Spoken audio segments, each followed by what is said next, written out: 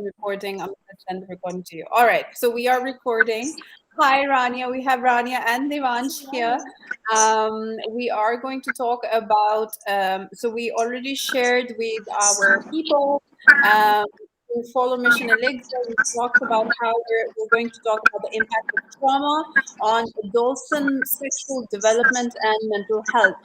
This was a topic suggested to me by Rania. Rania is one of our counselors and psychologists on our team for Mission Elixir. It's lovely working, and it would be lovely having you, talk on this today. This is, as I mentioned earlier, this is something that we generally don't talk about because of the stigma and the taboo, but also there's very limited research when it comes down to it, right? There's very limited research on telling us how do people actually act within a relationship, the relationship dynamic, how it starts, especially for somebody who has been impacted, who doesn't feel as safe and secure as they should.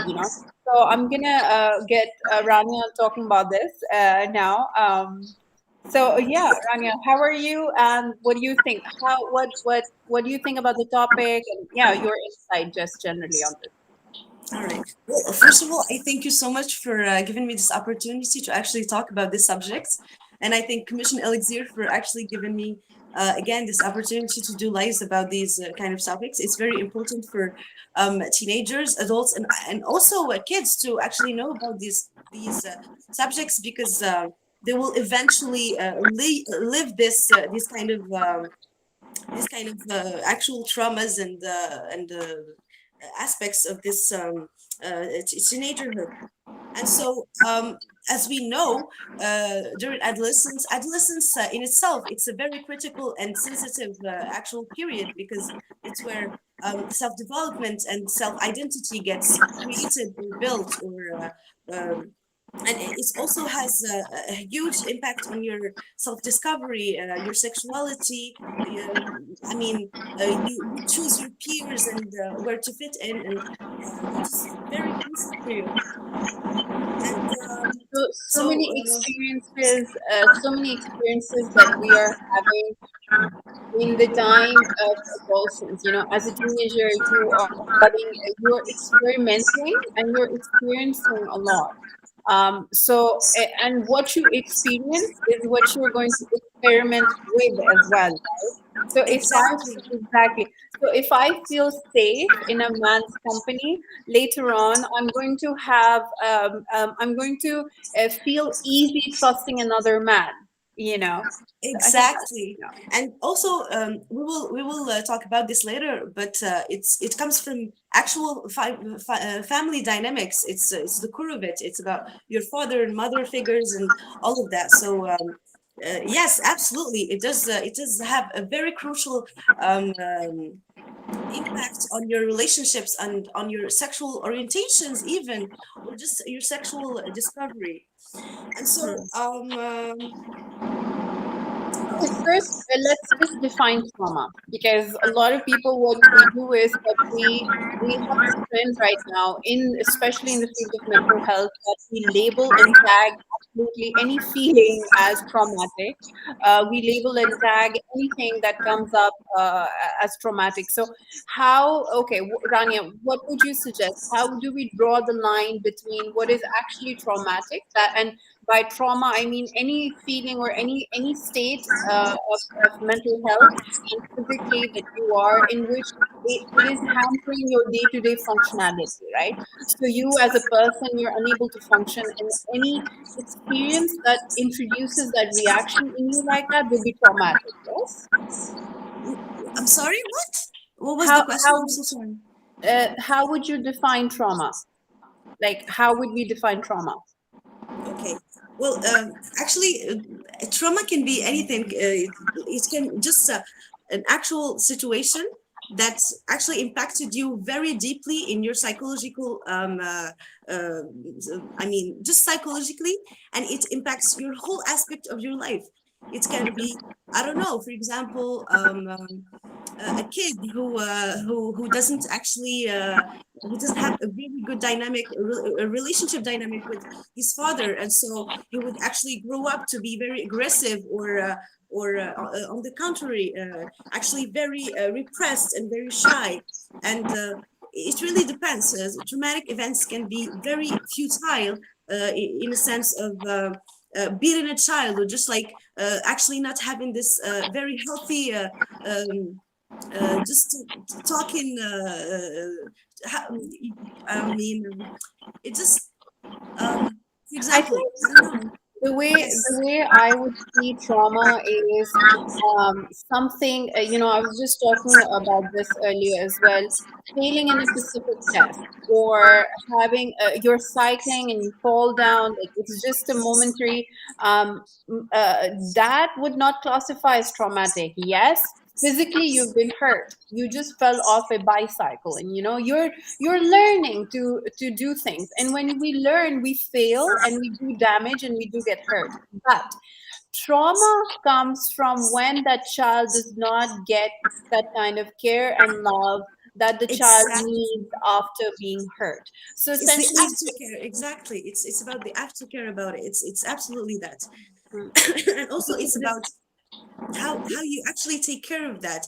um Again, an example: if my child does something, does not let's not call it bad, but just for example, he does his homework or whatever, I would not actually just beat him or just blame him for not doing his homework, but I would actually sit with him and talk with him and know why he's not even interested in doing this kind of work. And it um just actually including the child in this kind of negative situations, let's say. mm, mm. Okay, yeah, sure. That definitely is a part of child development, and definitely. But I do want to talk about how a different kind of, and I believe you also talked about mental trauma, right? So if a child receives neglect from a parent growing up, they're going to, especially with women. And there was this study, last night I was just working on this, and there was a study that highlighted how women who've had troubled relationship with their fathers actually grew up to be more mistrustful and distrustful of their partners, male partners. And it has, so we can say that mental trauma as well is a part of that traumatic definition, is that part of trauma, and not just like physical or sexual trauma, but mental trauma is a big part of it as well, of growing up as an adolescent. Now that we've classified what different types of trauma and what that is about, how does it impact? Like, in what ways do you think it impacts a person's sexual health? Well, first of all, before just talking about this, I would like to talk about why adolescence is a very sensitive kind of period of your life, and why it's a very crucial one that can be very impacted. Like trauma can actually impact adolescence in a very huge way. Actually, there's I would just want to talk about four aspects. It's about identity formation. Teenagers are actually just still in the process of actually forming their identity, and they're grappling with questions and what is my style? What is what actual social groups should I be fitting in? Um, um, and they're very susceptible to actual external influences, for example. And so um, that actually affects them big time. And also, again, it's about social pressure and how they desire to fit in and be accepted and be loved for who they are, and for for who they are actually. Yeah. And also, there's this aspect is plays a huge role. Emotional sensitivity actually. um uh, we all know that adolescents have huge hormonal balances, and they're in like in a they have very heightened emotional sensitivity towards any kind of subjects that's actually um, um, impact their For lives. instance, so when we come to hormonal imbalance, because I've studied physiology here and there a little bit as well, right? So within males, especially, your testosterone goes very high, especially in adolescent years, and so that can cause your sex drive to either heighten or lower or come down. Yes, it can be like a hypersexuality or an asexuality. Yes, yes, and women But actually also have. these um, that's what I want to actually talk about. Like these challenges can actually affect so many other aspects, not just like sexually. It can affect academic. It can give academic stress. For example, you have difficulty to concentrate or memory impairment, and we all know that. Trauma actually affects big time memory and concentration and just cognitive Mhm, your cognitive mhm. senses. And so it also affects your body image. It affects your exploration of romantic and sexual relationships. For example, there's a thing called the HOCD, and it's about always thinking about if I'm gay or if I'm asexual or if I'm. It's just an OCD. It's like repetitive thinking about what is my sexuality? Do I like this guy? Do I like this girl? It's like this whole kind of reminiscent about this kind of topic. And it Absolutely. also, Fixation with your sexuality also becomes a big part of when we look at OCD literature, obsessive compulsive disorder, for anyone who doesn't know, who's listening to us and who doesn't know what OCD is. So absolutely, I agree. So yes. how do neurotransmitters play a role in all of this? Sorry, I can't hear you. What? How How do do neurotransmitters play a role in all of this? how do our neurotransmitters play a role in this? So I actually, so you know how when we go through any kind of traumatic response, what is that one response that everybody knows about? It's PTSD, post-traumatic stress disorder, right?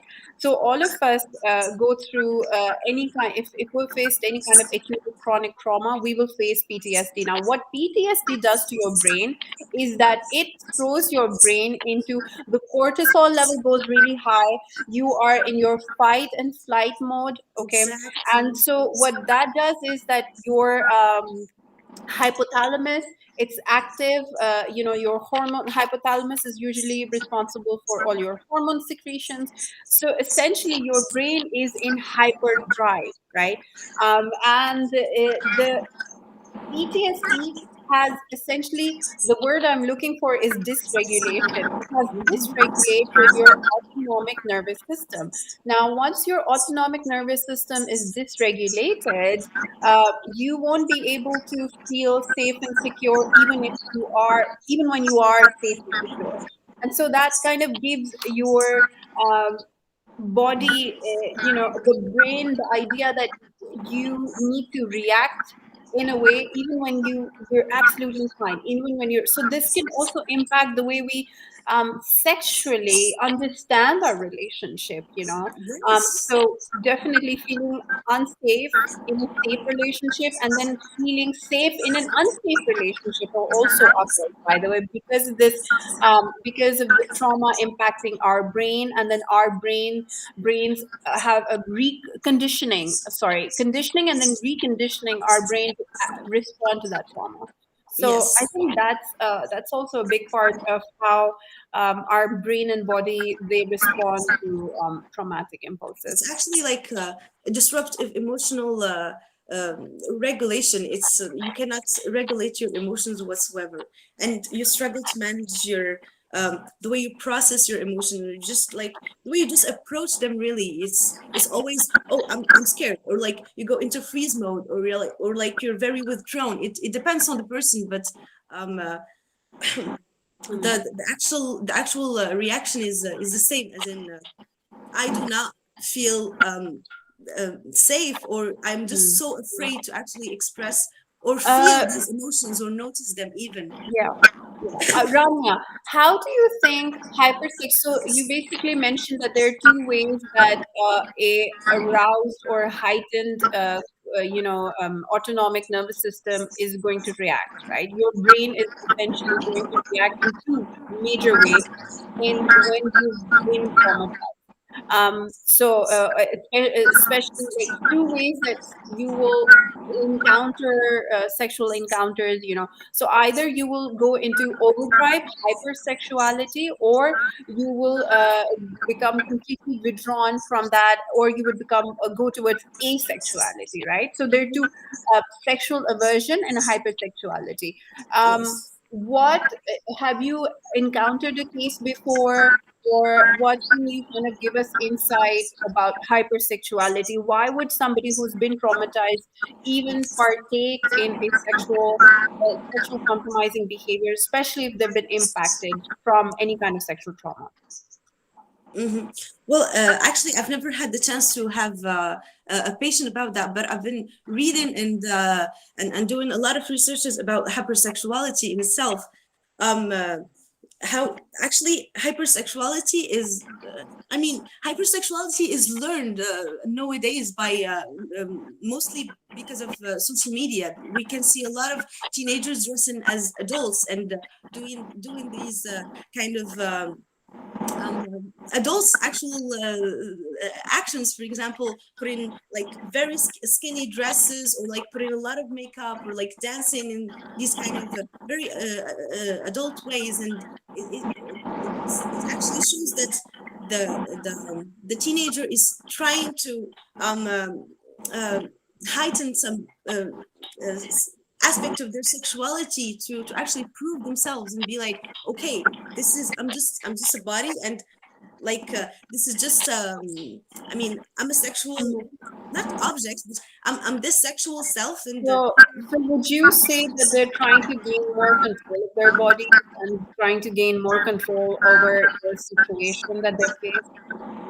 absolutely, it's like it's actually related to self-worth. They're just like, I'm this sexual kind of woman that I really want to be desired, I really want to be loved, I really want to be accepted as I am, and this is what I have to offer. It's just my sexuality. And it's related big time to what we're seeing in social media, and just yeah, it's just it's related to social media big time, because everything is sexualized, and it's just Mhm. And I think it's not just social media, but just generally for somebody who goes through an experience like this, you want to feel in control, and in order to the victim wants to put themselves in a situation where their control is constantly being challenged, and in order to control, and then so they basically want themselves to go through that situation over and over again, so that they can give themselves the message that, it's okay, I can deal with this, I could have said no, and you know what I mean, like Mhm. resolving feelings from the past in a present situation is what it's about. Exactly. And men Yes. also, by the way, go through hypersexuality. They do play with their sexuality later on. By the way, there have also been cases where an individual was sexually abused, let's say, of the same sex gender, and these men have grown up and gone towards sexually experimenting with people of the same sex. And there have been Yes. studies done on this as well. And that's absolutely fine, because again, this is their way, a victim's way of handling the situation. There's no judgment here of how you process your emotions and how you practice, feeling safe. But we definitely, like, by having this conversation, the idea is to at least create awareness around our actions and what we do, because there's definitely no judgment over how we try and have control in our lives when we have lost control. Hmm. Well, actually, j- let's just start by saying that we should educate our teenagers to just talk about consent first, just communication, just to communicate what they want, what they desire, what are their bodies. Talks about mutual respect and meaningful connections, and how we can build this actually. But before that, we should actually also talk about trust issues and fear of abandonment and self-worth and self-esteem with these adolescents, so that they can understand deeply what they lack and what they are not confronting psychologically with themselves, so that they can actually just build this kind of self-confidence, or just worthiness of I am worthy. I'm not just a body. I'm a whole human being that I can offer something. I mean, yeah. So yeah, Yeah, and lovely. Thank you so much, Rania. Definitely. Devang, do you wanna give us your feedback on this as well? What is it?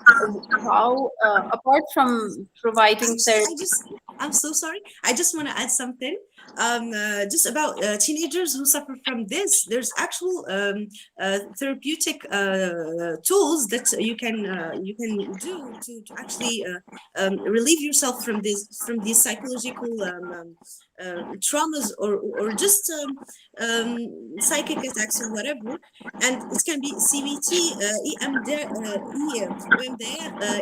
EMDR, trauma focused cognitive behavioral therapy. There's a lot of tools that psychologists can give you to actually just, for the least, just accept, or just sit in with your emotions and just know what is going on with you in the first place. Yeah, absolutely. Devansh, I actually EMDR as it has been very effective. It In is. my experience, and EMDR is very widely known as something to use for sexual treatment, in any way. So that's absolutely right. Devansh, Mhm. what is your okay, apart from providing therapy from to people, about this, what are the ways do you think we can kind of create awareness around sexual health of people in a relationship? I mean, the idea that the topic itself is quite stigmatized as it is, right? So how do we get people to kind of talk about this? How do we get people to take this seriously? I guess it would really depend on. Well, we do offer sessions at Machine Lecture, and we'll be sort of talking to people to sort of express such traumas that have occurred, and that would be one of the ways. Other than that, there's a lot of content on the internet, but finding the actual specifics, that's something maybe a counselor can help out with. Yeah, definitely. Okay, so by the way, the content that we create for the internet and for social media, that absolutely in no way takes away from real life counseling. Go get yourself a counselor, each and every one, Absolutely. counselor, psychologist, psychiatrist, therapist, whichever one you prefer. And because social media will only go so far to give you information, they don't know your specific case. You don't, because everybody reacts. The trauma can be similar, right? Let's say this. The trauma can be similar, but the reactions of people and how we react and coping mechanisms are different. So definitely, have go get yourself a counselor and therapist. But then also, Devansh, I was thinking about how little men have in this area. Like they're we generally, of course, don't. I would say that women's sexual health is stigmatized, but then men's sexual health is more so, right? I've literally, even in psychological training that I've received, the number of people the clients that I've gotten have 70% have been women. 70% at least. If I have to see like the whole course of a couple of years back, and like all the clients that I've gotten to meet. And so I think that's really sad as well, that men do experience. And then, by the way, a lot of symptoms of traumatology can be that you have you dissociate during sex. I don't think we've touched upon this. You get flashbacks during sex. There you also go through different forms of panic attacks. There are so and you have a difficulty establishing trust. Erectile dysfunction is a big part of men's sexual health that never gets talked about. Okay, we're very much not aware what that is about, and and then we have cultural and social factors that come into play, and we blame different, like, different other things that have nothing to do with what's going on. So I think that is how relationships suffer the most, and that's really sad to see. We never talk about this. Yes, we never do. Yeah, yeah, it's and it's crucial. It's needed. It's needed. It's very needed. It's people really are craving to talk about these subjects because it's. I mean, yeah, sure. Yeah, absolutely. What are three things we can advise the audience that they should do if they have a trauma of this sort? That's for me or Rania? Either. Okay. I didn't hear. What are three things? Three things, yes, girls? Okay, what are three things that we can recommend for somebody who's been through something like this? Who's been through any kind of sexual trauma that, or any kind of physical or mental trauma as well, that hampers their functionality in an intimate relationship? Well, first of all, I would definitely recommend to go see a psychologist and professional help because it depends on the trauma, but sometimes you just cannot contain all of these traumatic events to yourself and deal with them yourself because you just do not have the tools nor the actual capacity and energy to deal with that because you're already suffering. You're already in a very fragile and fragile state, so you cannot really deal with it your own. So seek professional help first of all. Second of all, if you're a teenager and you're still at school, please, if you cannot, like for example, go to a psychologist or whatever, please just go see a teacher or anyone who can help you, an adult, just anyone who can help you, and just talk about this. First of all, just to actually relieve yourself from these experience that you had, and third of all, professional help really. Yeah, I don't know, it's just because it's a very huge I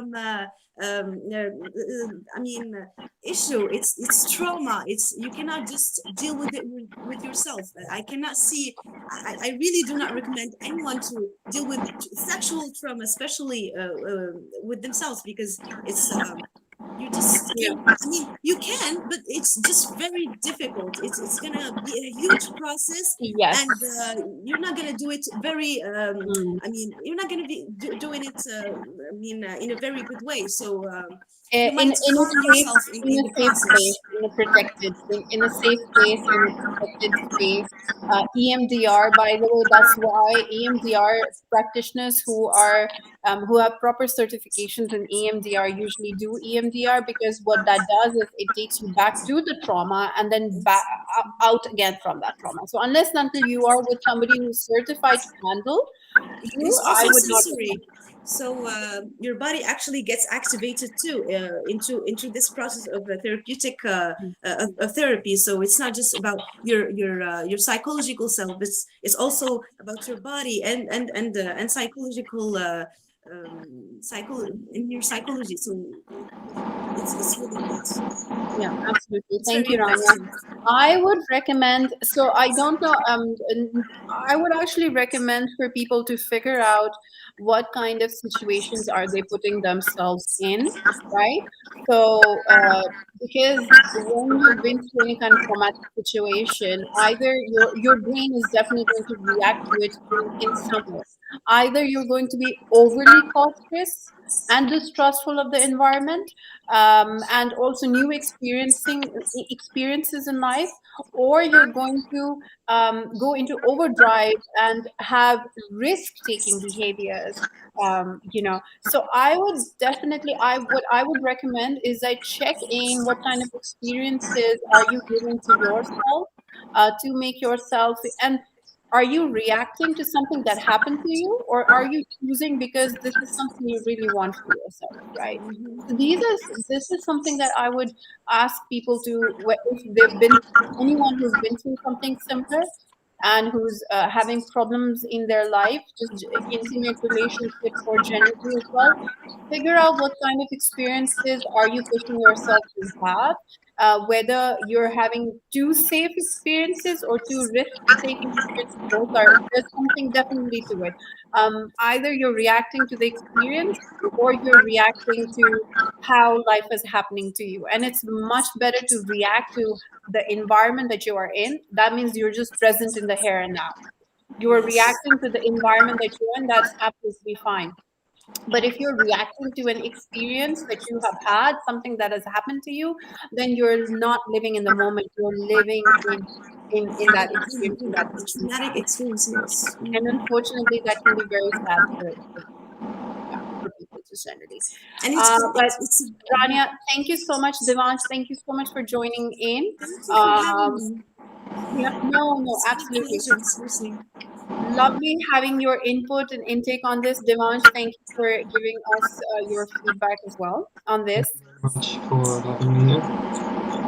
And of course, please do visit our website www.missionelixir.com and book your session with any of our counselors, Rania, Khaula, or download our sessions app. Rania speaks Arabic as well. She's from Morocco Yes, originally. and French too. And French, absolutely. You know, Moroccans Yes, are like yes. multilingual. That's lovely, lovely. So Rania is fluent in French, Arabic, and English, and we would love for you to, if you are going through something like this, please do take care of yourself, take care of your health. And feel free to reach out to us. Mission Elixir is the place where you will find a diverse array of counselors who have diverse interests, and hopefully we will be able to help you out. And Really thank you so great. much, Rania and Devan, for Thank joining you. in. Thank you very much. Right? My I, pleasure. okay. I'm just going to stop this recording.